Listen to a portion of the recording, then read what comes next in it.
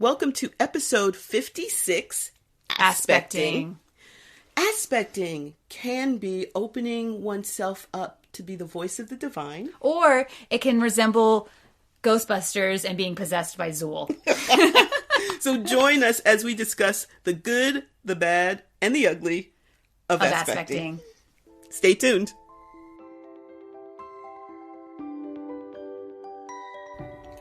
Welcome to the Witchy Wit podcast, where we look at life through a witchy lens. I'm Kimberlyn. I'm Leilani. At Witchy Wit, we explore current events, Ideas, music and books, and experiences in ways that recognize energy and life in everybody and everything. We are both real witches. And we bring two real perspectives through the lens of our different ages, Races, and backgrounds.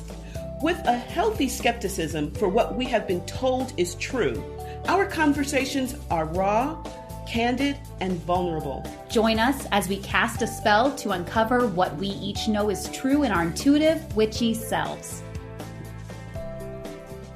Welcome to episode 56, Aspecting. But before we talk about aspecting, let's talk about some things that have been going on in our lives. That sounds great. Sure. Would you like to start? I would. Okay. I would. So this is towards the beginning of the calendar new year. Mm-hmm. And every year I decide to either strengthen something or start something that I feel like it would help me. And so what I decided to do this year is I'm calling it micro-journaling. It's just a name that I'm making up. It may already exist. I don't know. Yeah. But the idea is that sometimes this may be clear to our listeners who've listened for a while, that if I can't go all the way, I don't go. Yeah. So all or nothing. All or nothing. I'm either in or I'm out. I'm either at a 100 or I'm at a 0, or I'm phoning it in. And I think that says a lot about my personality, whether I like it or not. But one of the times I do that is with journaling. If I don't spend an hour journaling, I won't do it at all.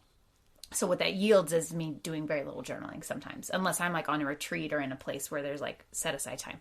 So what I decided to do is I am doing a very light version of bullet journaling, or like a bullet planner, and then I really liked last year. I did like a daily moon devotional, and I got a daily planner, and then I would just jot down some notes each day in my daily planner.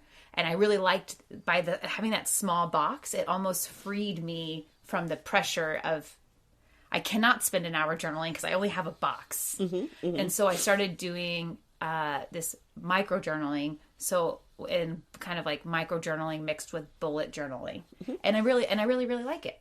So I'm making a point to record my dreams when I have them, nice. Which is really good for me. I don't normally do that. So recording my dreams and then maybe jotting down what I did that day or something that I'm thinking about.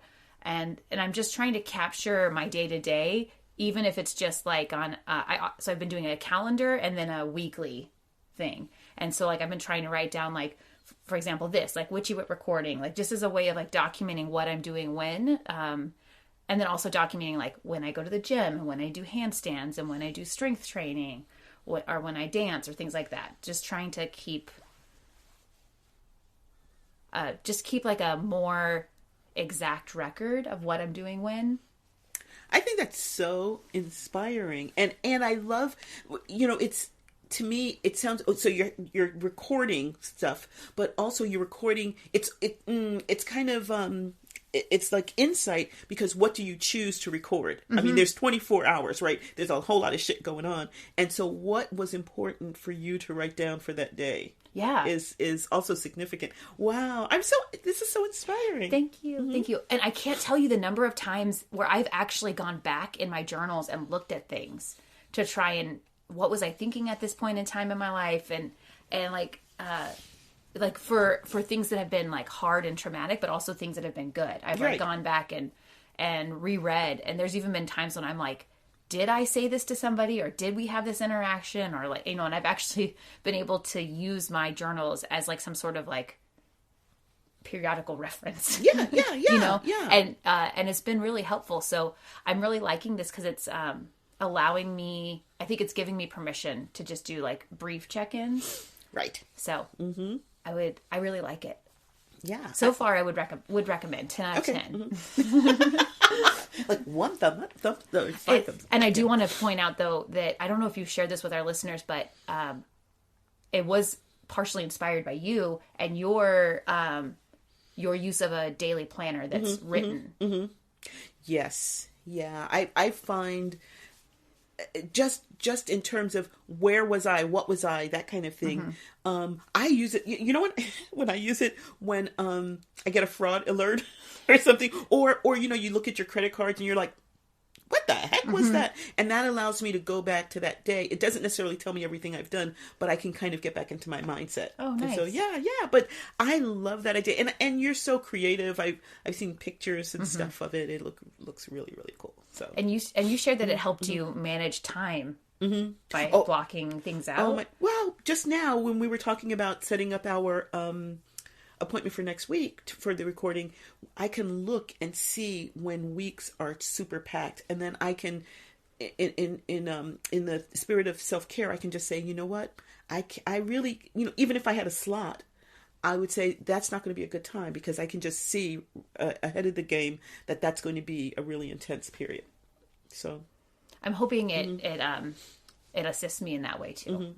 Oh yeah, I didn't realize how visually supportive that was, that by looking at that's it there's a story right there, right?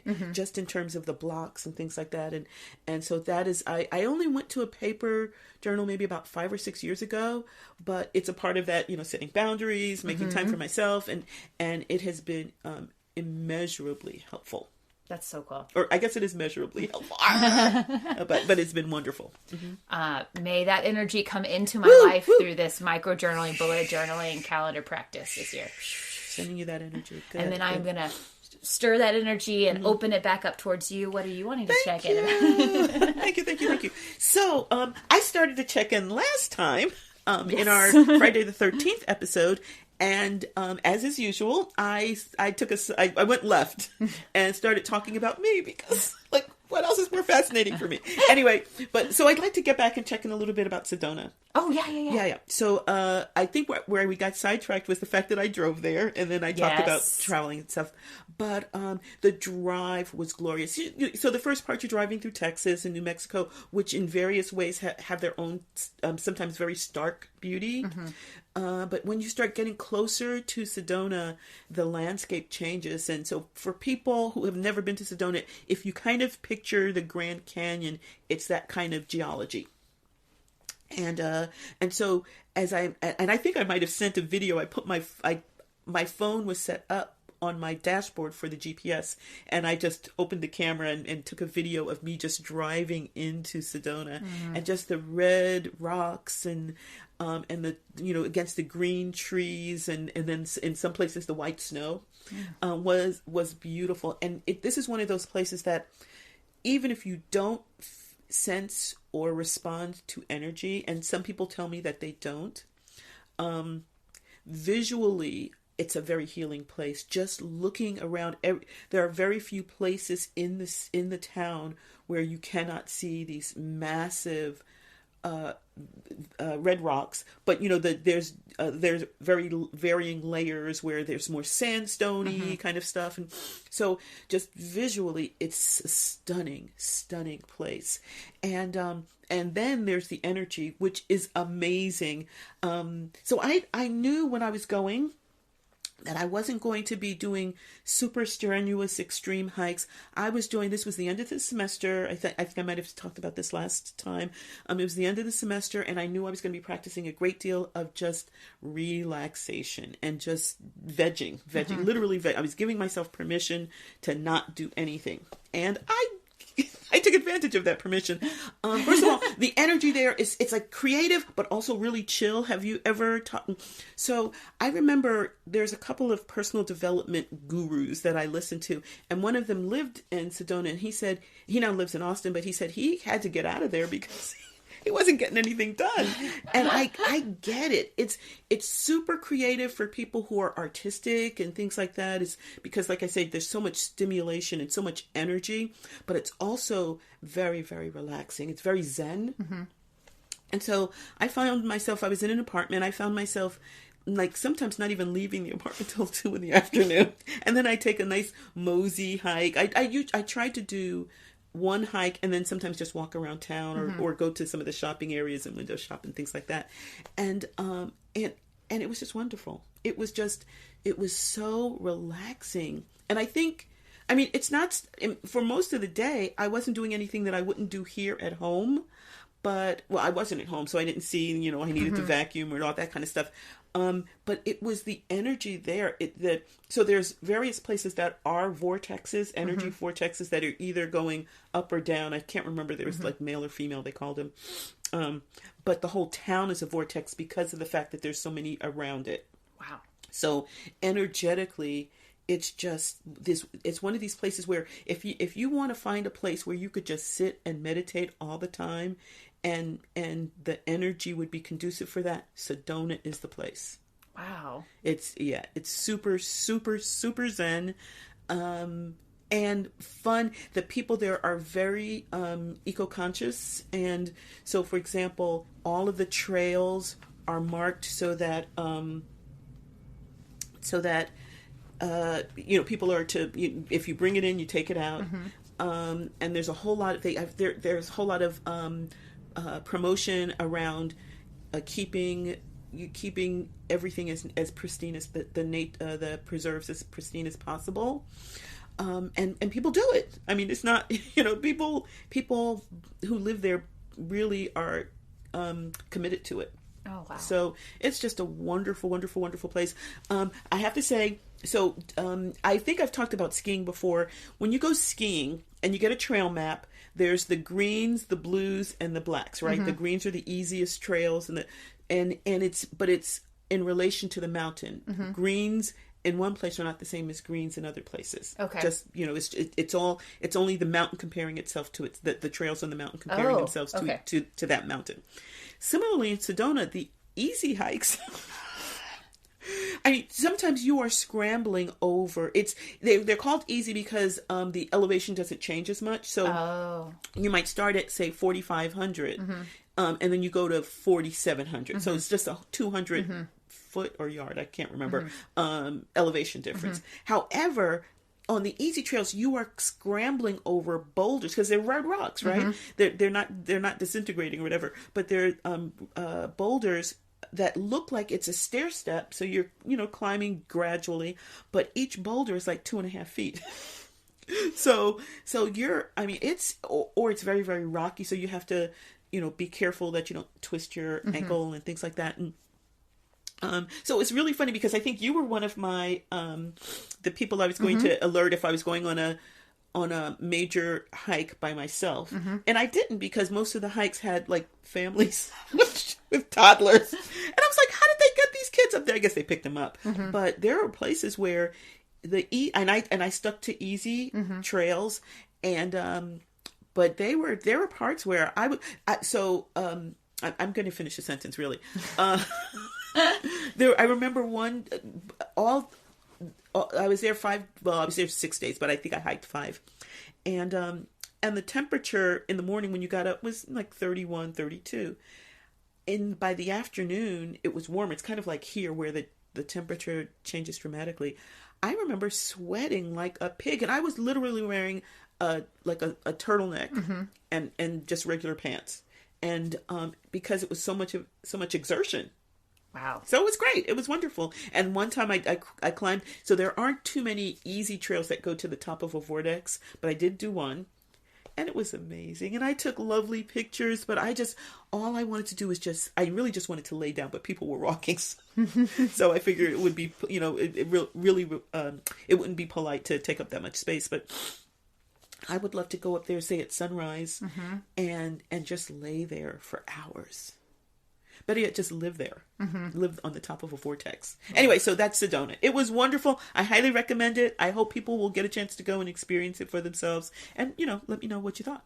I would love to go. So, let's move into aspecting. Or talking about aspecting. Oh, yeah. Yeah, let's talk about aspecting. This will be a very long podcast that we didn't get to choose the topic of. Oh, one day, that's what we should do. One episode should just be us, like, trancing or something. Right? Like, drumming. Ooh. Okay. Well, let's give that some thought. Okay. Anyway. Back to talking about aspecting. So I'm really excited to talk about this because whenever I was a part of a couple of witchy communities and circles with varying levels of healthiness and success for me personally. And then whenever I joined this circle, and then when I began to deeply study with this circle, I was introduced to the concept of aspecting, and it was brand new to me. Oh, okay. And I did not know what it was. Like, I heard people talking about it, like some of the priestesses talking about it, and so I didn't know what it was. So this is something that was new to me. And then as we were preparing for this episode, I just thought it would be interesting to see what sort of resources were available, because everything I've learned about this has been experiential and through word of mouth instruction with mentors and other priestesses. And I did a quick Google search, and just on the first couple of pages of I typed in like aspecting, and then like nothing came up. So I was like aspecting and witchcraft, and I found a lot of articles about aspects of witchcraft. Oh, of course, yeah. But nothing about what we're going to talk about, aspecting. So then I went to my limited library, in my limited personal library, and looked in the index of some of my books, my more like instructional reference books, and I couldn't find anything about it either. So, and a lot of them are from Starhawk, which is she is a founder and a big part of reclaiming, which is like aspecting is a big part of their practice too, in addition to like our circles practice. So I thought it was interesting that I was like, I'm sure if I dug deeper I could find something. Yeah. But I just thought it was interesting that like that term was not bringing up something. It was not. Yeah. Wow. It was not easily accessible to find things on that. Which kind of fits my narrative of like me poking around a lot in witchy communities for a long time and not really ever bumping into it. So, and it's funny that you say that, because it's such an intrinsic part of so much of what we do. And I mean, we don't aspect it every single ritual or whatever, but it's wow. I mean, it really is an important part of a lot of the work that we do. And yeah. So maybe, is it just us? So, okay, listeners, if your community does a lot of work with aspecting, would you like hit us up on social media and let us know? Because I just thought not everyone was doing it, but I just knew that I know that it's so powerful. And it just seemed to me that groups who were interested in really working through and developing their group and their personal power would be doing this. And maybe they are just not writing about it. Yeah. So then I got a little nervous. I was like, are we not supposed to talk? Is this like Fight Club? Like, you don't talk about it, you know? Well, here we go. Right? So if there are no more episodes from us, you now know why. Right? Whoa. Yeah. So I don't know.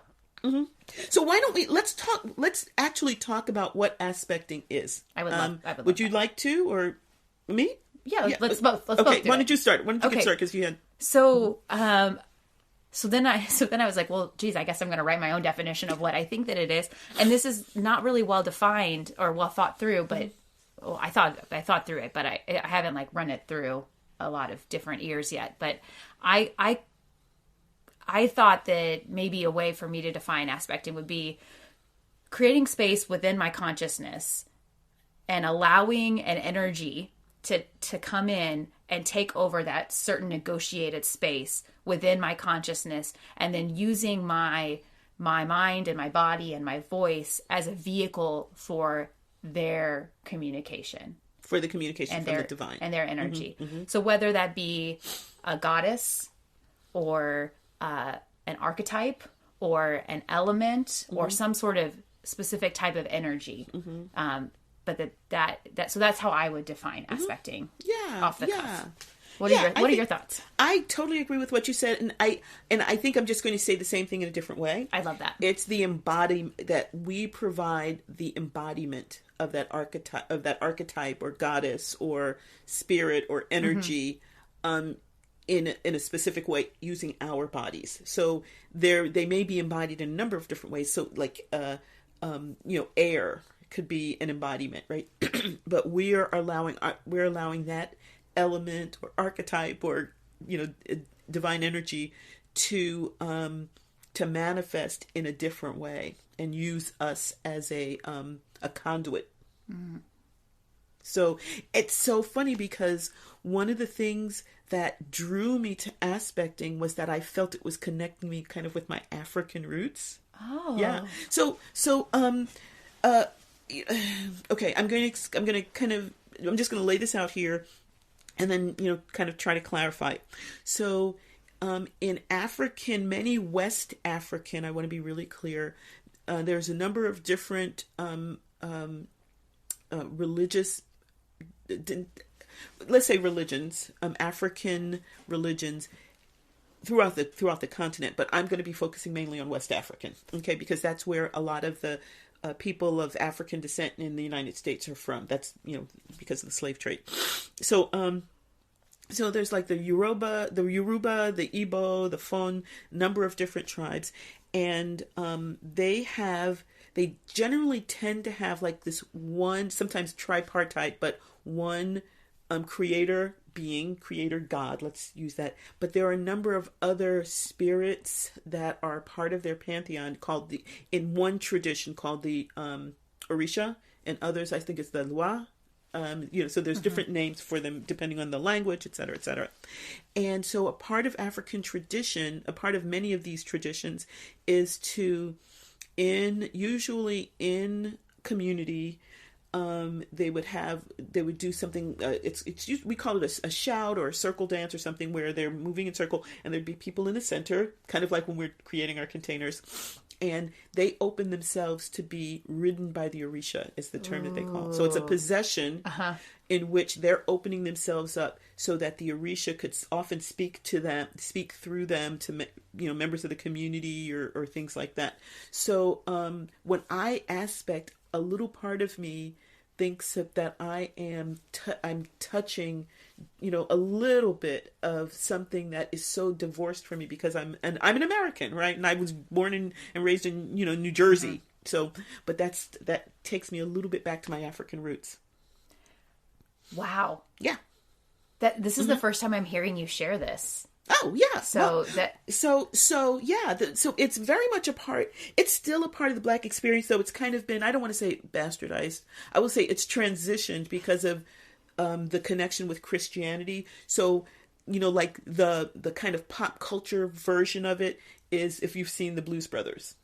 Okay. So the idea of getting happy or being filled with the Spirit it's totally different. It's not totally different. It comes out of that African tradition. So that's one of the Africanisms that people from the Afro-Atlantic diaspora has retained. But it's changed in a whole lot of different ways. And so instead of it being a way for the divine to maybe become a part of the community for a period of time and using that embodiment to talk to or work through or whatever, it's more of a personal experience, like more of a trance, a personal experience of the divine that is generally individual. Wow. Mm-hmm. Wow. So in my mom's church, people would stand up and they'd shout or they'd shake or they dance or they move or whatever, and that's because they've opened themselves up to that energy that is so a part of our culture, though we've changed it so much to be a part of America, to be a part of the United States. Wow. Mm-hmm. Wow. So as a kid who grew up, as a white kid who grew up in Methodist churches in South Texas or the Ozarks, like my church experience was very quiet and very polite. Quiet, yeah. And people didn't act out. And if we spoke, we read the words off of the little this is dating how long it's been since I've been Christian. The little pamphlet-y planner that they give you. The bulletin. That thingy, and it said like, first we're going to do this, then we're going to do this, then you say this. So like there was never any improvisation. Yes. It was not, there was very, very little personal experience of the Yes. divine manifested in community. Absolutely. I would say absolutely. So the closest I ever got to understanding what I now know is aspecting would be like demonic possession that I would see in like Ghostbusters, you know, whenever what's her name gets possessed by Zool, you know, and she's like, Is that the guy in the refrigerator or something? Yeah. Okay, gotcha. Yeah. So, but then I would say now as a practicing witch, that there's a huge difference between possession and aspecting. And I think a lot of that comes down to consent. Yeah. Well, so to me, aspecting is still, they're possessing a part of you. It's still, so we have this kind of negative connotation of possession. You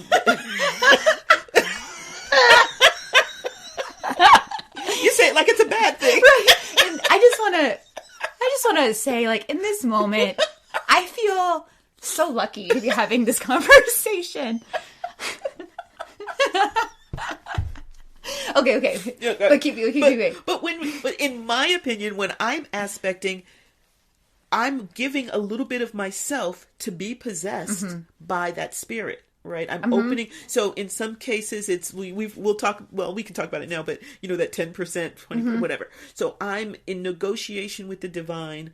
I'm allowing myself to be utilized. Right. So they're taking over a part. And so that's possession. Right. Yes. Okay. Yeah. So, and they may be demons. Who knows? I mean, like your demon might be my saint. Right. So actually, yeah. that is very true. Yeah.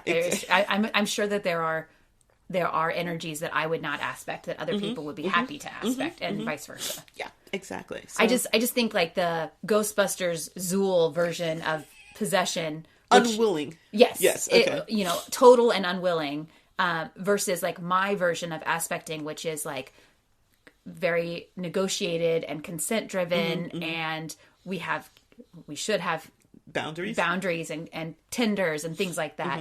So just in case there are any like people who aren't familiar with this listening, I just don't want them, I wouldn't want it coming across that like I turn into Zool every time, you know, like that's what it looks like. Yeah, we'll talk more about Although it that. would be cool because she had like a lot of wind. I was going to say there was some, Zool was pretty, and some levitation. There was so some energy. Yeah. I mean, maybe not necessarily the energy we want to play with a whole lot, but right. I'll try anything once, as you know. So, okay, so so like why do we choose to use this piece of ritual technology? Yeah, okay. So we're going to give a couple of answers, and for our answer, just recognize that it's just two of us here, and for the myriad people who aspect, there are going to be tons of other reasons, right? So we are not speaking for all of the aspecting people in the world. So what I can talk about is why I aspect. Couple of reasons. One is to just like kind of be there, just to have that kind of like we were talking about in the Black Christian church, you know, that personal experience where it's you and the divine in that one body, like you're touching it, you're feeling it, you're like sharing the same skin, and so that's just wow. That's just, I mean, it's just you're literally touching, maybe not literally, but you're figuratively touching the divine, or the divine's touching you, right? So there is that. Often we'll do it because it's a part of ritual, and so we want to bring that energy into the community, not just that body, not my body, but my body is the conduit so that energy can exist in the community. And I find that super cool. As I said, another reason I do it is because it helps me to kind of touch base with some of my African roots, and we'll talk a little bit more about that later. Just some of my experiences with that. Those are the main ones I can think about. What about you? I think pretty similar to you. As somebody who has aspected, I have had such humbling experiences and awe-inspiring experiences. So whenever I open myself and negotiate and have the sacred come into me, and whatever that is for that ritual, whether it be a goddess or an archetype or something, I've just had such humbling experiences where I feel like I experience this vastness that is almost uncomprehensible to me as a human. Wow. Yeah. And so like whenever I aspect, the result is not that I feel awesome and like inflated. It's actually the opposite. I feel humbled and in awe, in a way that I think helps keep my compass tuned to north in the way I want my spiritual practice to be. Ooh, I like that.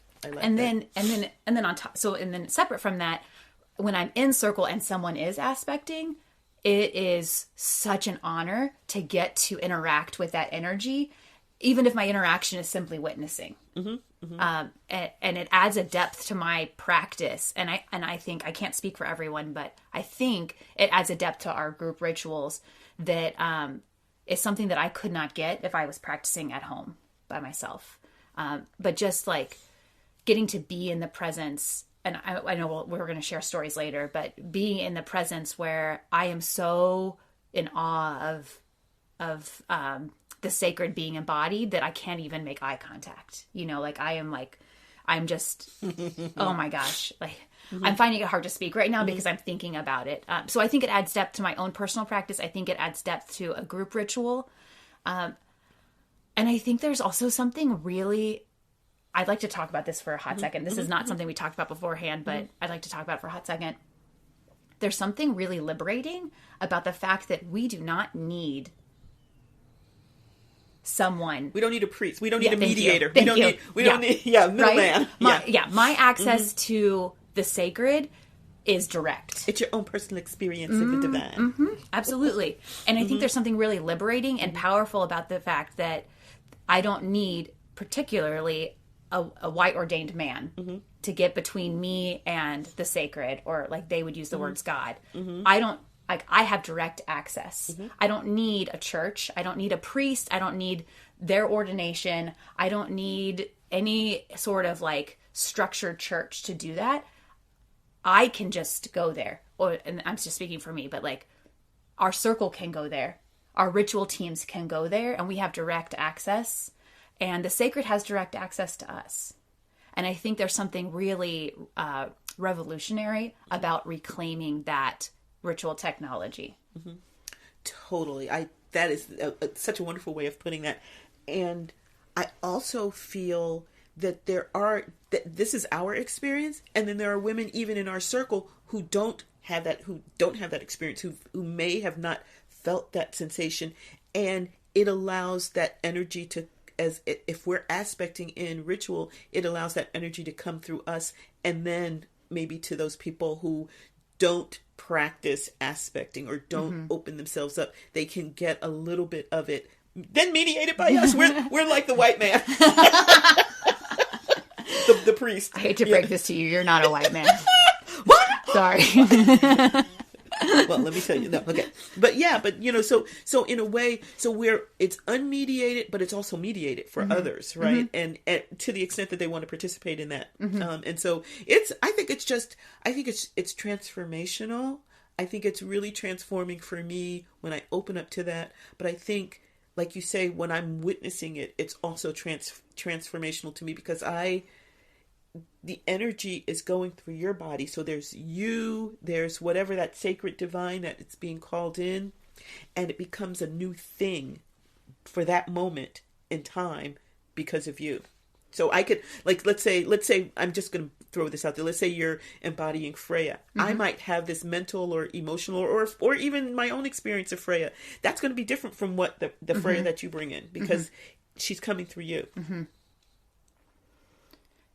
Yeah. I'm really vibing on this. And then there's one other thing that I wanted to bring up about aspecting. And I think it's a lot like prayer. In prayer, we listen. I think so. My version of prayer is like we're asking, and then we oftentimes don't listen. You know, like we're making a request. And so I've heard people say, like, and then in meditation we listen. You know, so I get that. I do think that an important part of aspecting is that we are offering up our bodies and our minds and our time in ritual to listen to what they have to say. And I get really prickly whenever it's like, okay, so then we're going to like aspect this goddess, and she's going to do this. And it's like, as we know, no, right? That's not how it works. Yeah. Like we're not. This is not. We're not hiring a script actor to come in here. You know, we're getting like, what is it, Diana for a day, right? Yeah. Okay, Isis, thanks for being here. Here's your script. This is what you're gonna do. Like Isis is gonna be like, fuck that, you know. Okay, sure. This is my script. Thank you. Okay, cool. Yeah. And then she like throws it over her shoulder.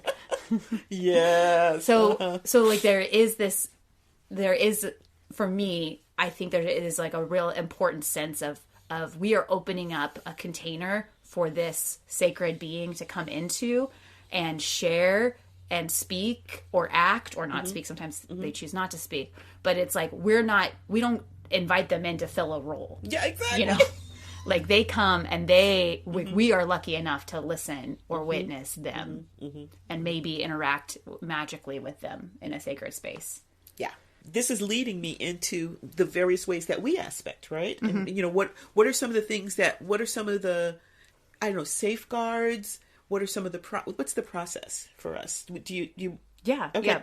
I just want to say that most of these we've come by honestly. Yeah. So let me just So some of the rules that we have, or not rules, or maybe boundaries or commitments that we've set for ourselves, or intentions that we've set for ourselves when we aspect, have blood on them. Sometimes literally. Literally, you know, these are as we've just said, there are no schools, there are no books you can buy. You work with other people who have done it, and then you do it. It's kind of like an apprenticeship, right? You do it yourself, and you make mistakes, sometimes huge mistakes, and then because of that, then the next time you do it, it's better. So this is really like, you know, kind of on the job training. I mean, like, you do this in the moment. There's no, I mean, we're going to share some information that, if you want to write it down, can be kind of your guidelines, but there really are no formal places that we that we know of. Not that I know of. Yeah. So I think an important part of discussing this is, as I say, we've kind of over the years figured out the things that we need so that we can aspect safely, and then actually come back, so they don't stay in our bodies the rest. Now I think that's a major difference between a possession, you know, in the negative sense, and then what we do is that there's no consent, and often they don't leave unless you hire the exorcist or something. Right. Yeah. So anyway, so what are some of the things that are important to you? Let's say you're going to aspect, say, at a retreat or a ritual. What are some of the things you think about? So the first would be that I would have really clear negotiations with how much I'm allowing that entity to take over for how long. And oftentimes for me in my personal practice, it helps to have somebody that I'm talking with, so that I clarify with that person, and then we somehow clarify with whatever that energy is that's going to come in. So how much, like, I'm going to, you know, you can have like 70% of my consciousness, and I'm going to have 30%, I'm going to stay in there, or 90%, and I'm going to be 10 or 95, just depending on the ritual, what it is that my physical earthly body is going to be asked to do, and then how much I trust. I think we're going to talk about this in a second. The tender that I'm working with, how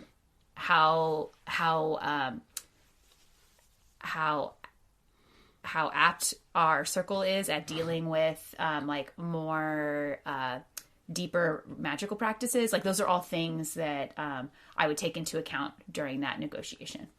So when you say the negotiation, are you setting intentions for yourself? I'm only going to allow about 35% of myself to go away, or half, or a quarter, or are you actually sitting down and meditating and talking with that the spirit that you're going to be invoking? I would say both. Okay. For me personally, there is like a very logical part, which is why I like talking to somebody else, like you and I talking about it before the ritual and then before the aspect happens. Oh, I see. Gotcha. But then also my personal practice is normally before I aspect, I'm like communicating. I'm in communication with that deity or energy for probably weeks or months. leading up to it. And so like I'm getting messages, and normally I would respond and be like, okay, thank you. I hear that. I will implement that in the whenever you have 95% of my consciousness, like, so there's like a lot of, I'm normally receiving those messages in advance. Yeah. I want to ask you a couple more questions, and then I'll go because I want to hear your process, yeah. So are there times where you're saying, so I'm going to stay 50 or I'm going to stay 60 and you're 40, and they're like, right. 100%. And that's normally how my ritual planning goes is normally. Wait, 100%? Oh, sorry. No, 100. You are 100% accurate. Oh, okay. Like, whoa, I missed that. I missed that ritual. Okay. Right. But normally that's how it goes. Is normally I'm like, okay, so like this is how it's going, and then I'm summarizing. They're like, nah. Not if you want me down here. Yeah, baby. They're like, no, it's actually your ritual's actually going to be about this, and I'm going to be doing this, and then I'm like, oh no, my ritual is going to be about that, and I thought you would be doing this, and they're like, no, so actually it's going to be that, and then normally it goes back and forth like that, which is why my process takes a few months. Because normally there's like a lot of back and forth, and then eventually I'm like, oh yeah, okay, yeah, you're right, like it is going to go that way.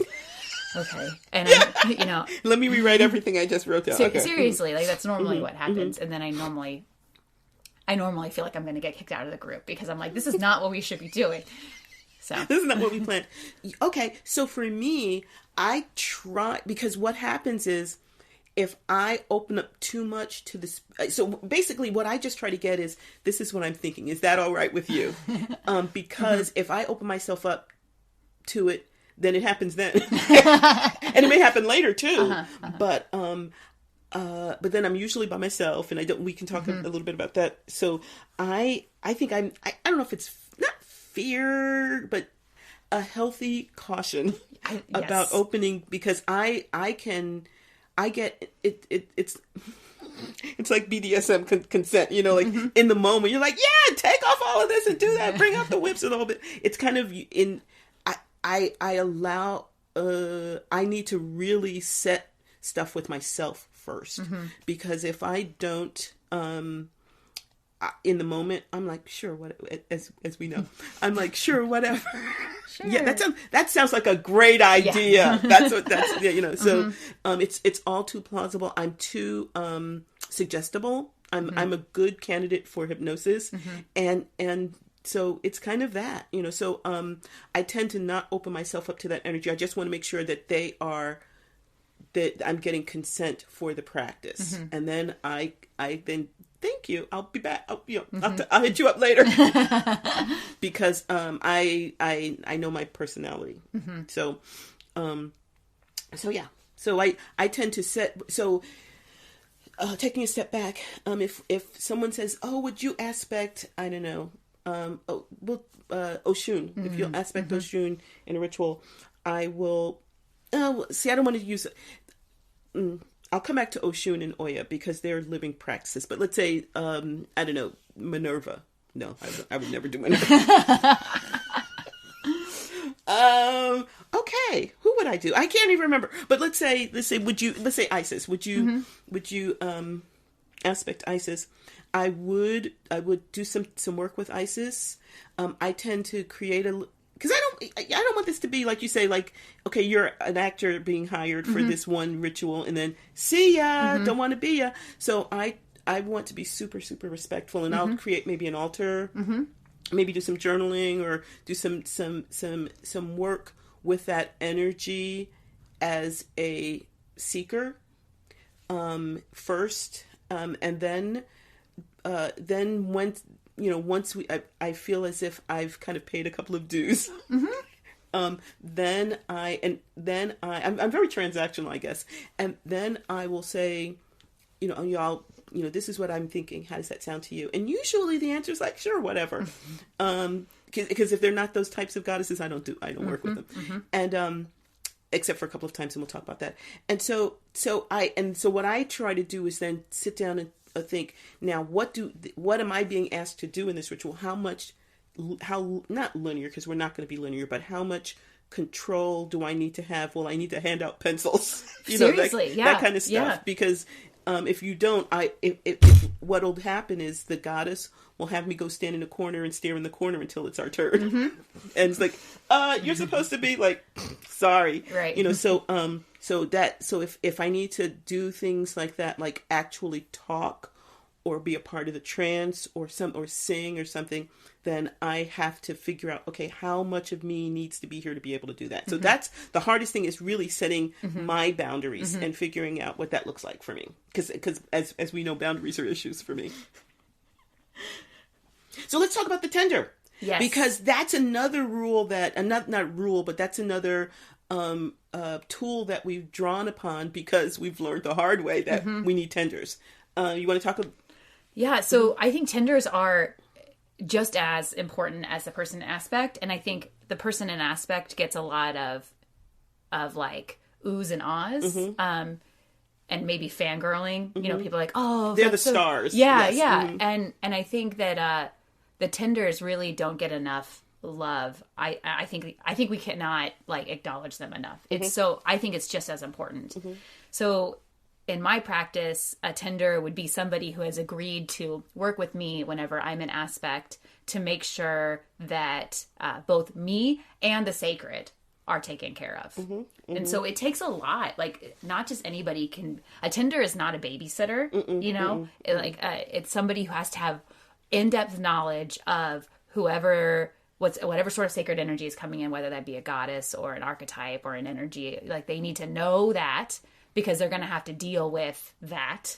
And deal with you. And then deal with Leilani's body, you know. So then they need to know me, and they need to know, like, how to make sure that I come out of aspect.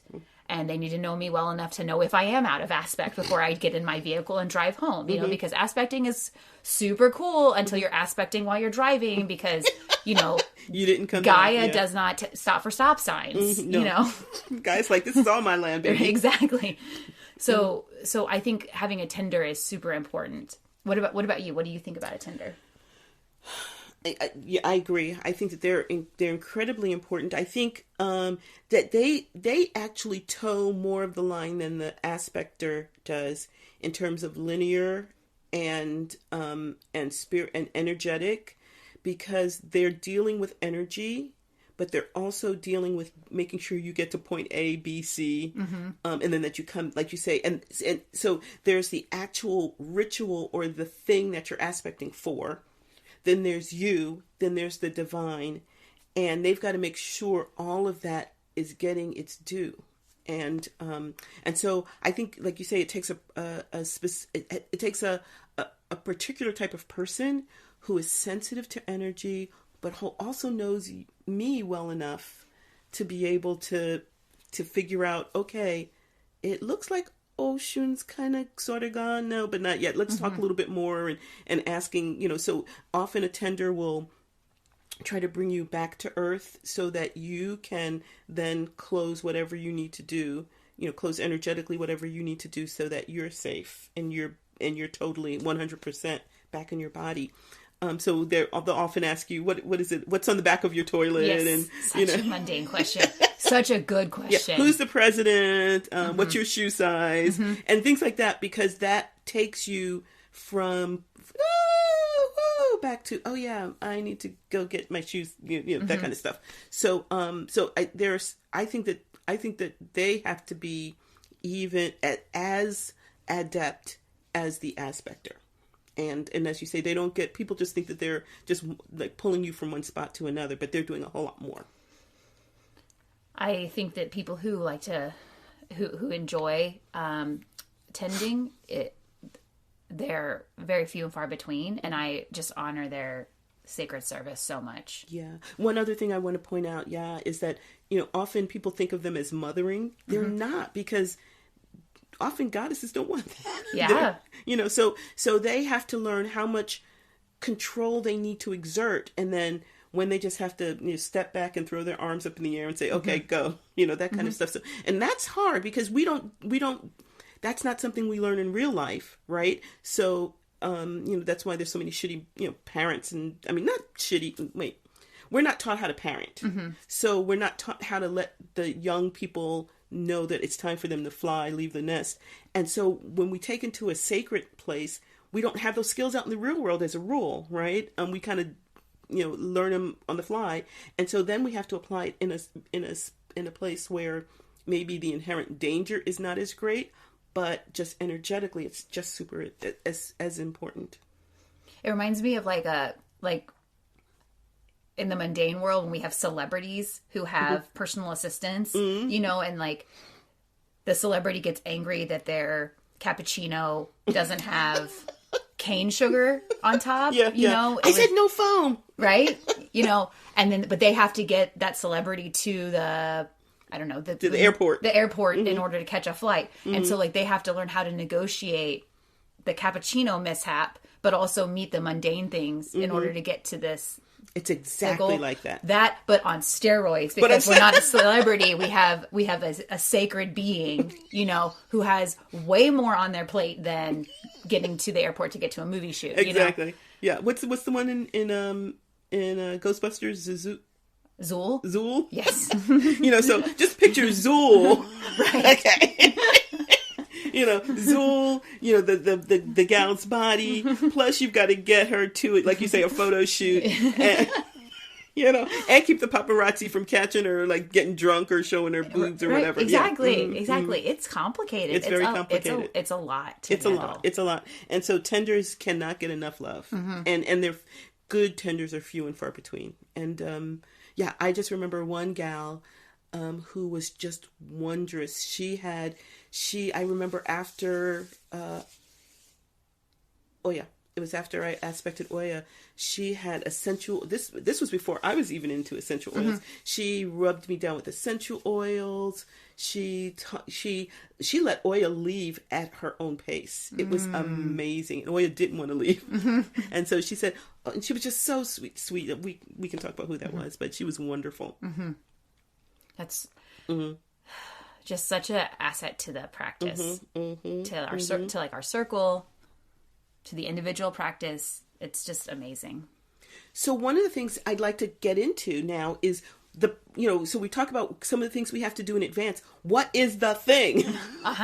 What is, so how do we call this being into ourselves? Shall I start? Yeah, I'd love to hear. So there's a couple of different ways. In our group, our group is so sensitive to energy and so good at calling it in that, the minute we start, I can like feel us dropping and feeling us kind of getting to where we need to go. So we draw upon I draw upon the energy of our group, but I also, like I said, I've been kind of talking a little bit off and on with this energy for a couple of weeks. Not as much, it sounds like not as much as you have, but so that when the time comes, for me, it's often a combination of personal invocation, personal energetic calling, and the energy of the group, just setting that, just actually creating this incredible cauldron so that I can just hop in and start doing what I need to do. So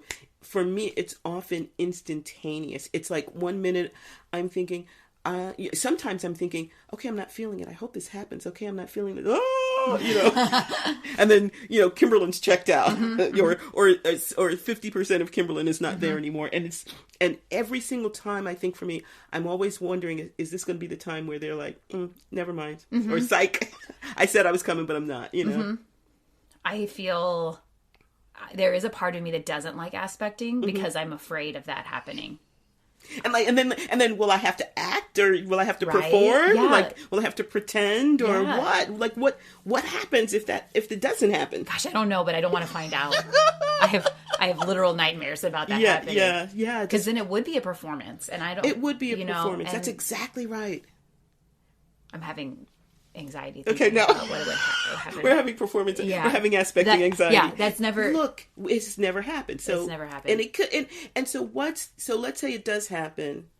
Then you are familiar. Let's talk about that. Okay, we'll come back to that. Let's actually talk about the invoking. Okay. The invoking. Yeah. So for me, it's a combination of drawing upon the energy, or allowing the energy of the group to create this space where this work can happen.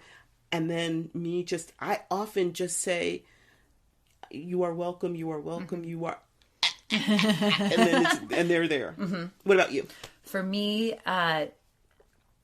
because of my tie to energy, having someone invoke into me. Mm-hmm. Like me calling this. Like if you called whoever or whatever it is into me, that would make it that much stronger. If I'm around a group of people and they're singing and they're chanting to that person or that energy or that goddess, that like makes it that much easier. The hardest it is for me is if I'm in a room by myself waiting to have my Tinder come and get me and then be taken into the room.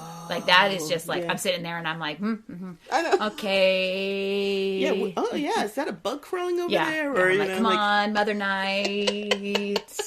It's like, dark. Mm-hmm. But the moment that I am, like, there was one time where I was, our circle was in like this courtyard area and I was on this walkway around the corner. So I could kind of see in and I could hear, and woof, that was great. Like that was very effective for me. So definitely tying into the energy of the group.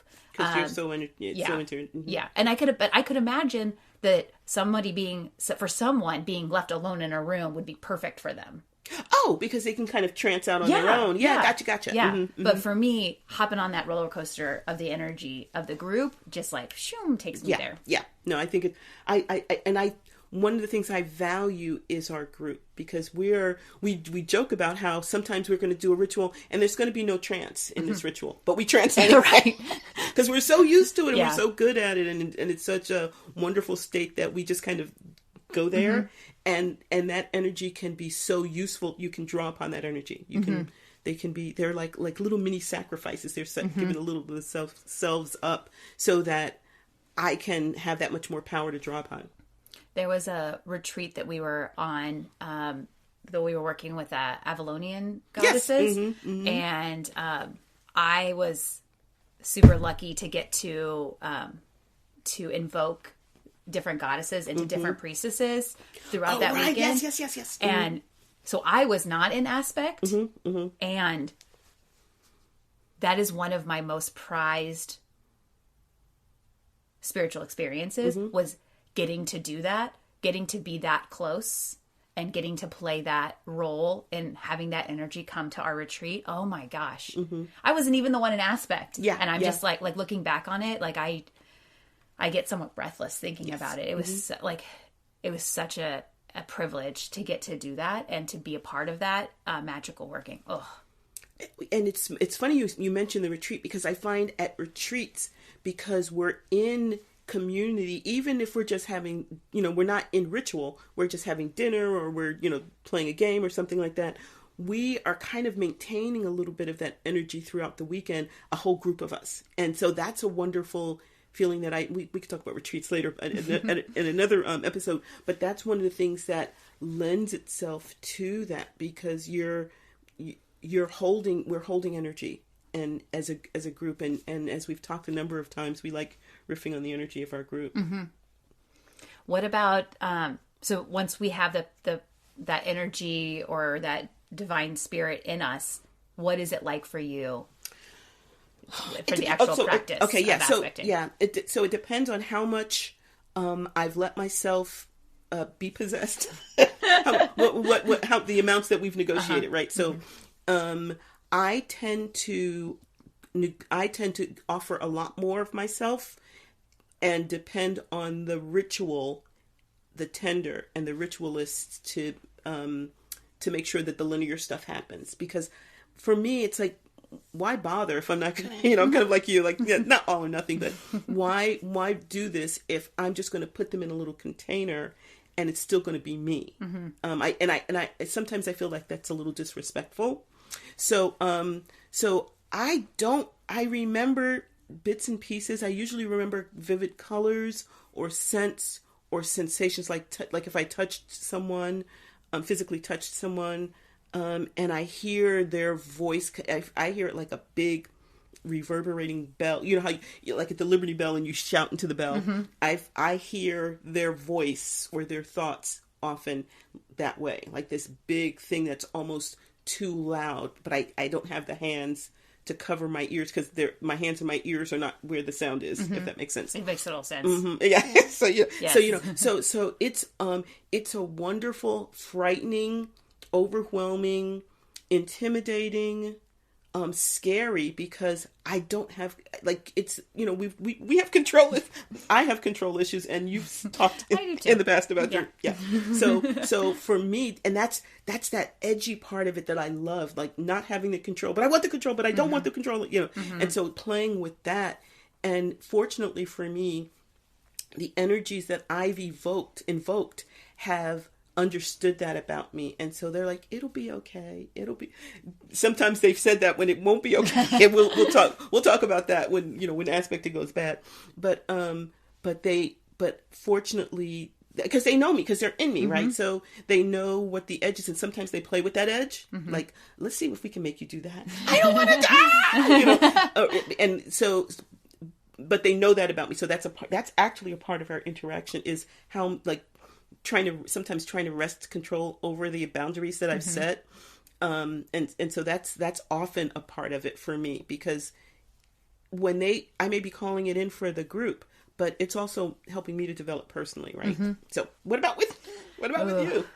I just love listening to you talk about it. So yummy, so edgy and so yummy. I think my experience is pretty similar. I liken it to feeling like I am in like one of those giant, like, baseball stadiums or football stadiums or something, and I'm like at the very top row, sitting in the seat. Ooh, yeah. And then looking down, and then there's all this stuff going on in the middle, and like they can.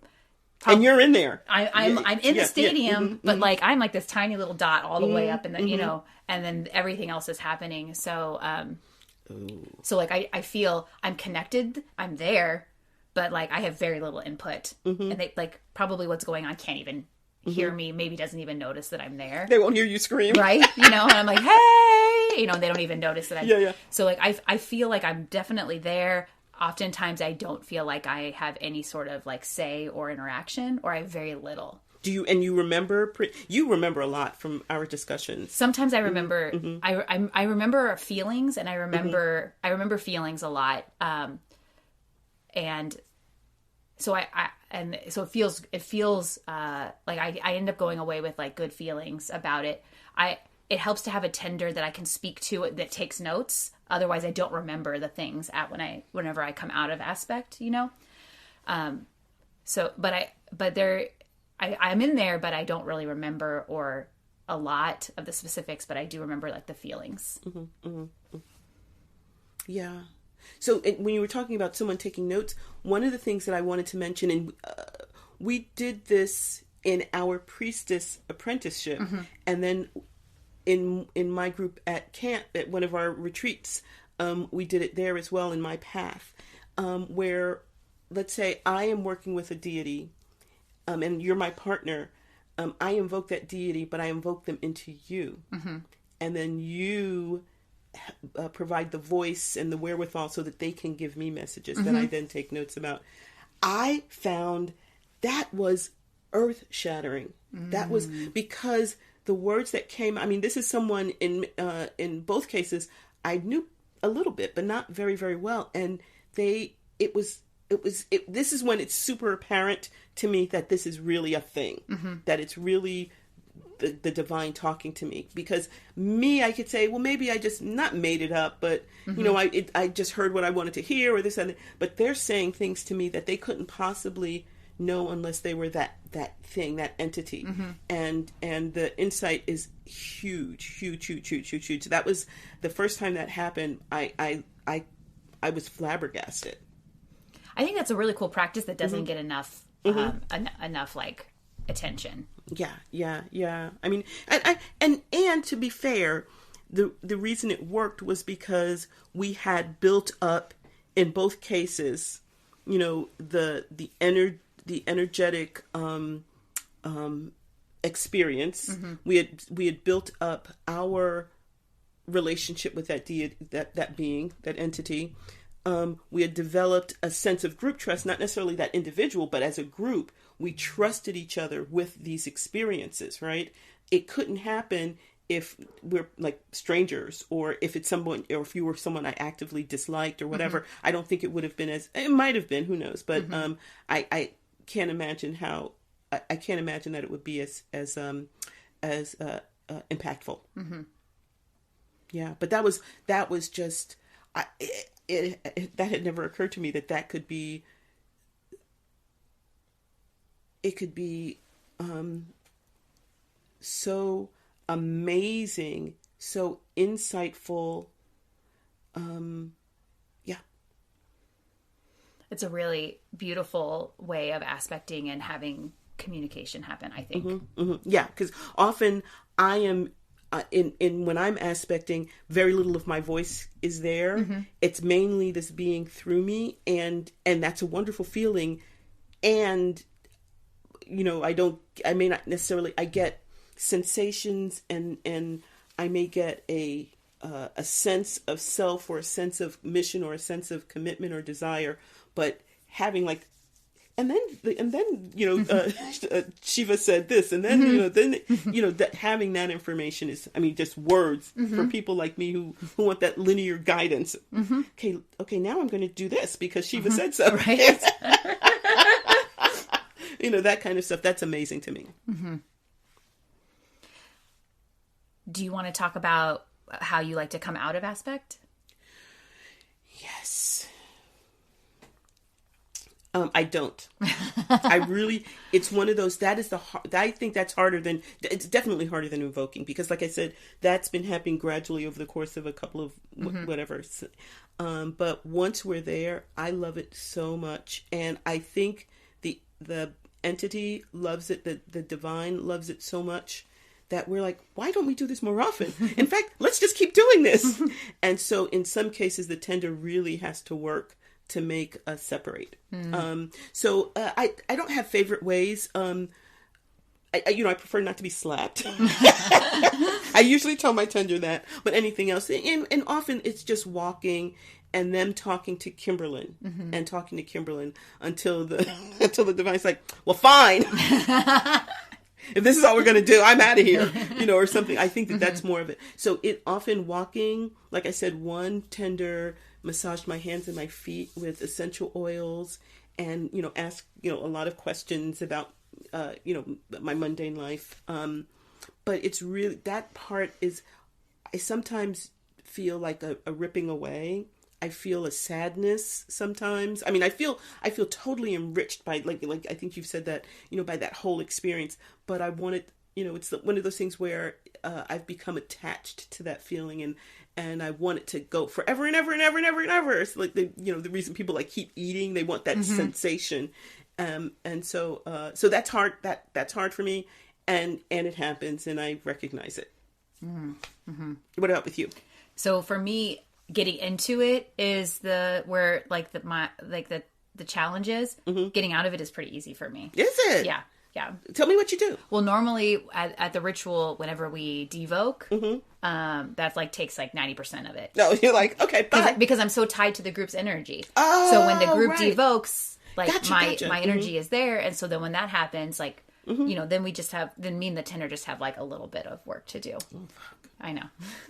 But it's pretty easy for me. And then, if the tender asks me a couple of questions, maybe touches my body, or I takes a moment to sit on the ground and touch some rocks. The toilet question is so good. What's in the back? Do you eat? Would eating help you? Yeah, eating dark chocolate or some something really grounding, it's some nuts or something helps. But normally it's pretty easy.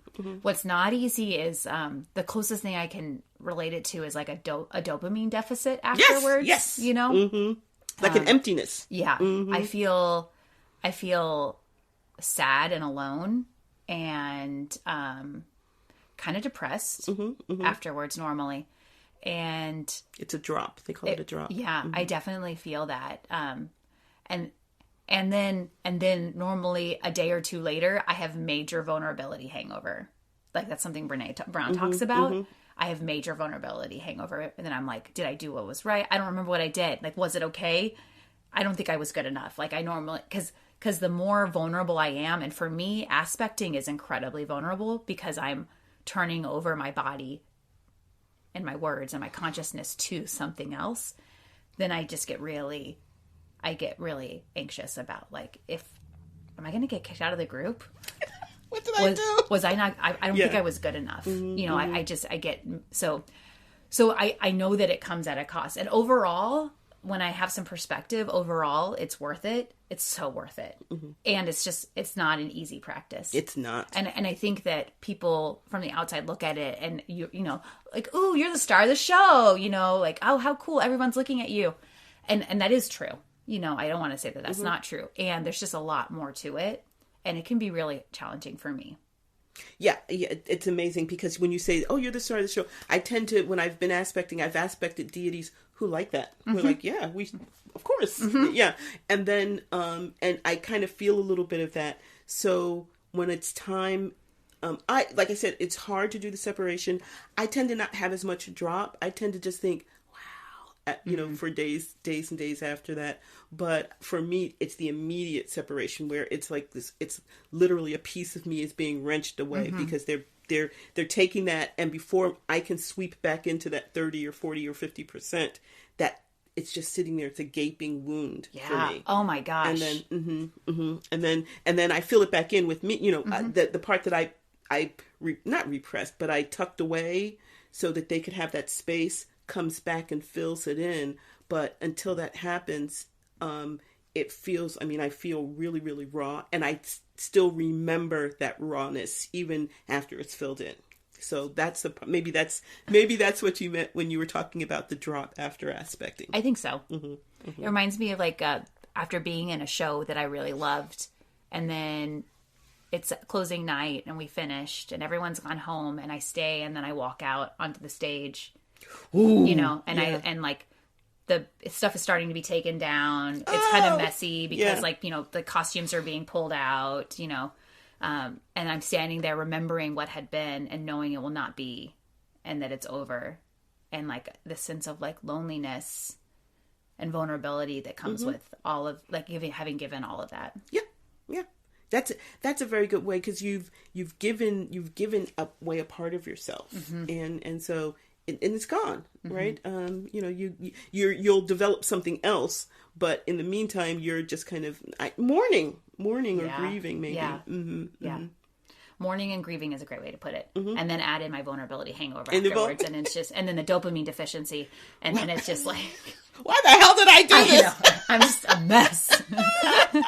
So now I know the next time you aspect, I should call you the next couple of days and just say, yeah. So how are you? Yeah, doing? and it's actually good to talk this out because I never even thought about like, oh, I could do something about that. You know, normally I'm just like the Tinder's like, okay, it's been 5 minutes, you're good. I'm like, yeah, I'm good, and then I just go deal with this like all by yourself. Like I see you now with your covers pulled over your head. I feel so empty. Okay, I'll call you. We'll talk. We'll talk. So let's talk about. So let's say some of our listeners have never aspected, and they're thinking, maybe this might be something I'd like to do. What are some suggestions that you can think of? So when I first learned, it was during my apprenticeship with our circle.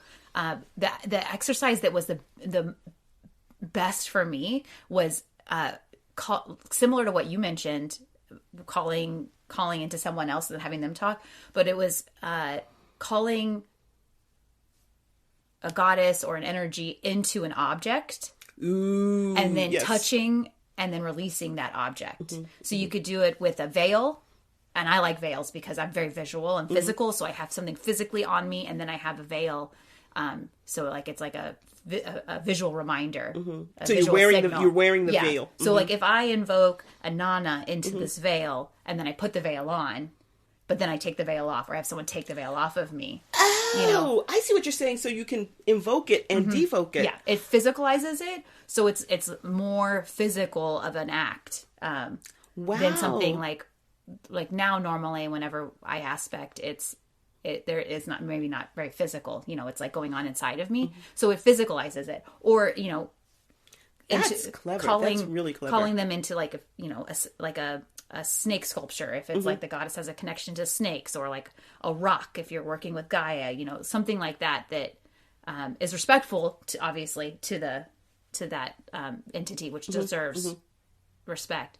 But having it physicalized for me is a really great learning tool. Never thought that was actually super, super smart and a really, I don't want to say easy, but an accessible way for a beginner who is like, what the hell are they talking about? You know, so would you suggest that, say, someone could, let's go with Inanna, that they just sit and maybe think about aspects of Inanna at first to just kind of prepare? Because it seems to me it would be hard to just say, okay, put them in this veil and then put the veil on.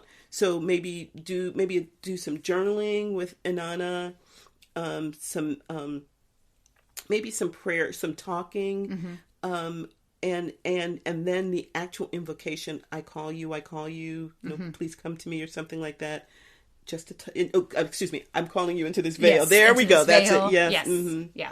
That is so smart. I wish I had learned that way. I think it's really great. And then you get to, I think then if you're doing this, you get to practice all of the skills like setting boundaries, you know, and then it would be good to have a tender, you know, if you're taking turns with someone, so you go through all of the same process of like the invocation and the devocation, and, you know, putting it on, taking it off of your body, then checking it in with your tender.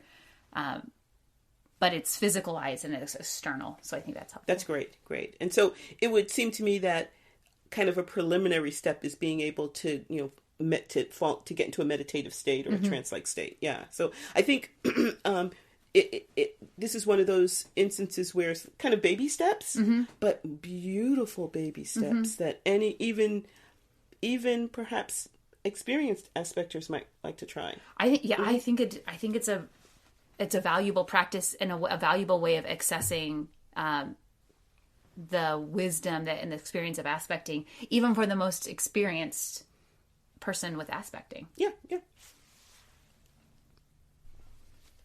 Would you like to share some stories of the good and the bad? The good, the bad, the ugly? Yeah. Yes. So, why don't we start with some of our favorite stories of aspecting? So I think for me, so I'm going to talk a little bit about Oya, and let me take a step back, because one of the things that I think is important, particularly because we belong to such an eclectic tradition, is sensitivity to the traditions of the entity that we're drawing upon. So for me, I am most called to a lot of diasporic entities, so often traditionally associated with West Africa, many of whom still have living traditions. Like, I don't know if there are many Isis traditions going on, or Diana or Breed. There probably are, but I just don't know offhand. But I know that for a fact that there are in the African diaspora, a lot of these spirits are a part of, like, Candomblé, Santeria, Vodun, so they have living practices, and one of the things that I don't want to do is pretend to be an initiate in any of those practices. But I do feel that connection to Oya and Oshun and those goddesses. And so for one ritual, I was aspecting Oya, and so I did. I set up an altar. I used her favorite foods, that kind of thing. And I tried to develop that relationship, which I still kind of have with their sisters. And I found it super empowering to call upon her, because I feel as if there are parts of her that she left with me because she saw that I needed them. So Oya is this, storm goddess. She's like she's the crone of the maiden mother crone with Oshun and Yemaya. She's like a badass. She's brutal. She can be cruel. But she's destruction. So the positive aspects of destruction, clearing away all the crap and the bullshit, but also the destructive parts of destruction, which is destruction, right? But I found that, I remember she has, in a lot of the pictures, she has this multicolored skirt. I actually took strips of fabric and I made the skirt, and I had a whip to embody her. And so I just remember in our circle walking around like her, just thinking, I mean, Oya would probably get me fired and I'd be homeless and the whole bit. But there's parts of Oya that I so wanted and she left with me. And I don't draw upon them as much as I probably could or even should, if that makes sense. But I just remember the feeling of power. And I could literally feel, she's the goddess of storms. I could literally feel the storms kind of coming in me, like a vortex, like cycling down and then circling back up. And so that was a powerful, powerful moment for me. Wow. What about with you? I have had a powerful moment where I was with someone in aspect, and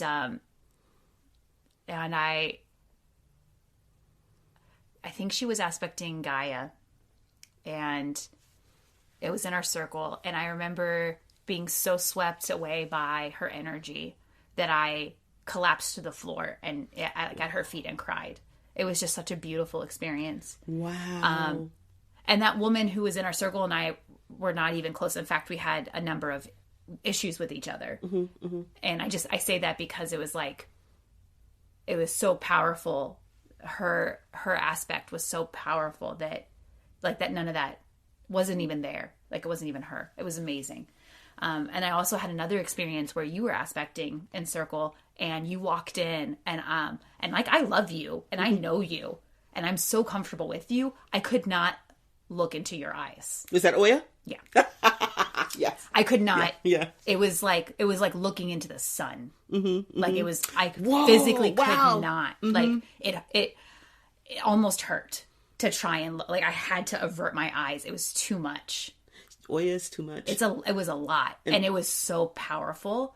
And I was just like, holy fuck. Like I am in the presence of like, and I couldn't even look. Like it was just so, it was just so much. It was so intense. And like it was just so powerful.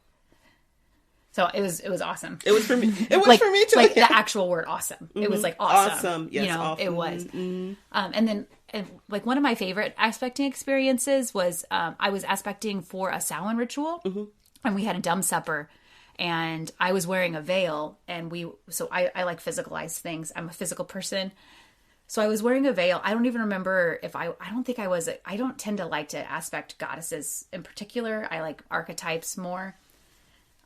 So I don't even remember if it was a particular goddess, but I was aspecting like a goddess about death and the other side of the veil. And I had a veil on and we were having a dumb supper and I was walking around the table and I remember maybe I'm not supposed to know. Like maybe I shouldn't know as a human, but in that moment, that going back to that metaphor before, like I'm at that tiny piece at the top of like the stadium, and everything's going on. And I just remember, I can remember feeling these feelings of, I knew who was at the table, at the dumb supper table. I knew who was invited for each. Which dead? The beloved dead. I knew who the beloved dead were. And I remember having thoughts about like the women who had invited them. And like, there was one woman who was crying and I remember thinking like, or I remember whoever the sacred was at that time was just like, she needs to stop crying because it's like, they're fine. Yeah. You know, like just like a very matter of fact feeling. And then another woman and me and like the aspect in that moment was like feeling the love that the beloved dead had for her and that she had for, like just this, like, it was very matter of fact and very beautiful, but also very mundane. Yes. Of like, they're here, And in that moment, and knowing that, like knowing really that knowing tangibly, that, like I'm here with you right now, like just knowing that, and after that aspecting experience, I can't remember who it was and what they were saying or like, and I remember there were moments where I was like, she needs to know this, like somebody needs to tell her this, but it wasn't going to be you apparently. And then like after that aspect experience, I don't remember the specifics, but I do remember that feeling of closeness and connection, how present the beloved dead were. And that's something that I've taken with me. It was really powerful. That's amazing. Yeah. Yeah. Wow. how about we talk about...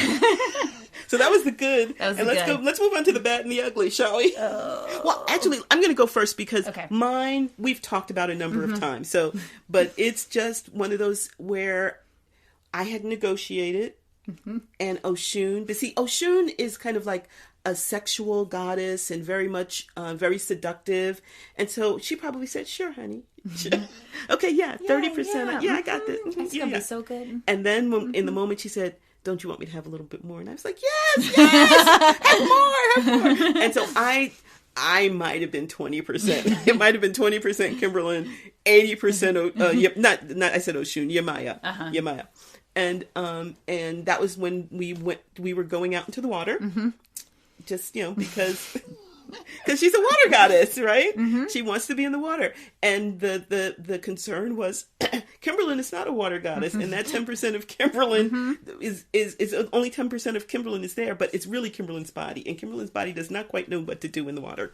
So that was an instance where you were did I see? This is the thing. I don't think I had a tender. You didn't have a tender because we thought. It's all very experienced women. Yeah, it'll be fine. I think I probably said, it'd probably just be like 40%. Yeah. And you were like, no, not a problem. Not a problem. Big We'll mistake. all watch out. It'll be fine. Yeah. Wrong. Because everyone's in the ritual like, Where did she go? Oh my God, she's walking into the ocean again. So, It's such a great example, though, of like, Yemaya does not understand, probably, or maybe even care, that you cannot just swim out. No. Because she probably says, well, I'll carry you. Or whoops. Yeah. Well, she'll join me soon. She'll join me in a couple of days. Like, I guess she can. I mean, you were going to come there anyway, so. So, yeah, they have very little sense or concern for the mundane. And the mundane is things like breathing. Yeah. And being able to drive home safely and stuff like that. So, and then if something happens, they're like, oh, wow, didn't know that could happen. Yeah. Okay, going back to my realm now. Moving on. Because, anyway, so so what about with you? So so we were on a retreat, and it was for Baba Yaga. And I was aspecting Vasilisa. Yes. I was there, I think. Yes. Yeah. It was a wonderful, again, retreats. Such a great opportunity to aspect, because we can go deeper. It's just so wonderful and challenging. So I was in aspect, and I was having to guide the women through the woods. I do remember this. And I had a tender for the weekend. I did not have a tender with me. Oh, right. Okay. So I had a tender that was checking in with me throughout the weekend and after rituals, but the tender was not with me, monitoring me. Again, we learn. I do. Yeah, that was wonderful. Weren't we going from like crossing over bridges and going from different, literally beautiful things separated by water and stuff? Yeah. Yeah, it was wonderful. So at one point, I was supposed to take the women over the bridge, but the women were supposed to commit to something, and I was supposed to collect something from the women. So I'm an aspect, and I don't have a tender. So I take the women over the bridge, and the women commit to something, but I don't take something from them. I forget that mundane step. And I forget that that's even a step. Because Vasilisa's Vasilisa's a kid. I know, it's like, I'm taking you over a bridge. Wow. Yeah, I took you over a bridge. I'm following directions. Baba Yaga told me to do this. I'm following directions. And just to set up, if people haven't heard this myth, Baba Yaga is going to kill Vasilisa if she does not do these things. She will kill her. These are tasks that are basically keeping her alive for another day. Exactly. And she probably is going to die. The odds are against her. So I am Vasilisa, and I'm doing these tasks, and I take the women across this bridge, and then I take the women to Baba Yaga, and I look into the woman aspecting Baba Yaga. I am Vasilisa. I look at Baba Yaga, and Baba Yaga asks me, did you do your task? And I say, yes, I did, because I want to live. And I did do the task. And so I tell her I did, and she's like, very good, then you will live. And I'm like, in my mind, I'm like, oh my God, thank you. Okay. And then like we start doing the work with Baba Yaga, and I'm standing in the circle with the women, and then I realize I did not do the task. You did not do the task because you didn't have the little... I didn't collect whatever, I don't even remember now what I was supposed to collect. And in that moment, I know I'm going to die.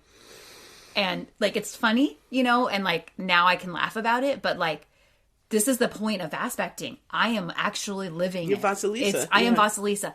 Leilani is that tiny body sitting up in the corner of that stadium. Get the shit. Yeah, the stuff. right. And Vasilisa is the stadium, you know. And I'm like, oh my god. And so I felt like I was going to die. Like I actually experienced like I was gonna she was gonna kill me. And then we did the ritual and everything like that. And then the women leave, and the tender comes up to me, and I start telling her like I'm going to die. I start telling her like I'm going to die. Like she's going to kill me. And the tender is like, it's okay, you know, everything's fine. And I'm like, no, you do not understand. I didn't do the task. I did not do the task. And so then she's like calming me, trying to calm me down, and she is not understanding it because she is linear. Yeah. You know? She's like, yeah. It's the end of the ritual. So then I'm like, fuck this. Like, you do not understand. So then I go to Baba Yaga and I kneel before Baba Yaga and I'm like, I'm terrified. And I tell her like, I did not do the task. I did not do the task. And she was pissed. Oh my God. So was Baba Yaga was still in aspect? Yeah, Baba Yaga is still in aspect. And she was pissed with me. She was pissed because I did enough to make the ritual work, but I did not. I lied. You didn't do the whole task. I did not do the whole task. And you lied about it. Yeah. Well, you didn't deliberately lie, but I lied. You lied. I lied. You know, it wasn't on purpose. But it was rough. Wow. So how did you come out of? Do you remember how you came out? How you got out of it? Begrudgingly allowed me to live because we had more retreats. We had more retreats. Like, where am I going to get another Vasilisa? Damn it! Yeah, that was her energy. It was like, where am I getting? Like, well, fuck. I'll allow it. And only because you didn't have an understudy, right? I'm sure. Seriously, if there had been more Vasilisas out there, like you would be dead. I would be dead. You would not be in this podcast right now. Yeah. Whoa. So, but I can only imagine because the power of those moments. It's where at night it's dark. The spirit is there, and then the part of you that is not the energy. The Leilani, you fall into it because you're used to embodying, and you're an actress, and so you were probably like 110% in there. I was and afraid. Yeah, you know, alone and afraid. No, it's naked and afraid. Naked and afraid. Yeah, aspecting and afraid. Aspecting and afraid. Wow. Yeah. So it was a really powerful experience, and it's funny now, you know, like now I'm like, oh my God, I really thought I was going to die. Yeah, kind of, sort of funny. You know, but like there is this, like, it was really scary. Yeah. And it was it was really scary. Wow. Yeah, I can only imagine. So the good news is that it definitely has helped me shape how I want, like the tender that I want and the work that's done in aspect and my negotiating, you know, because I thought I was going to die. So like, it's like really helped me get clear on like what I need. What you need, and how to make sure that you can complete your tasks. Yes, I needed a tender to be with me to make sure I completed the task so that I would not lie to Baba Yaga. Yeah. But I know that now. That this was very early in my aspecting journey. But again, that's the thing is that there's no rule, you know, like, okay, make sure you do the thing, you know, there's no book, there's no aspecting book, or maybe there is. We need to do more research on this. But as far as we know, there's no aspecting book, so we don't know this. We make the mistake, and then that's how we learn, and hopefully tell other people. Yeah, you're hearing it here first, right? Yeah, so you know, do the thing. Hope this helps. Yeah. We hope you have enjoyed the magic that has unfolded here at Witchy Wit. It would be great if you would help make Witchy Wit possible and get access to exclusive content by donating on Patreon. We'd love it if you join our Witchy community and enjoy shareable content on Instagram, Facebook, and YouTube. Would you do us a big favor and support us by rating and reviewing us wherever you get your podcasts? It's free and helps witchy folks find us. Feel free to email us at witchywitpodcast@gmail.com. We love to hear from our community. Reach out and let us know what's brewing in your cauldron. New episodes are released every second and fourth Friday. Follow us on your favorite podcasting platform so our episodes go right to your playlist. You can listen as you ride your broom. Stay witchy, y'all!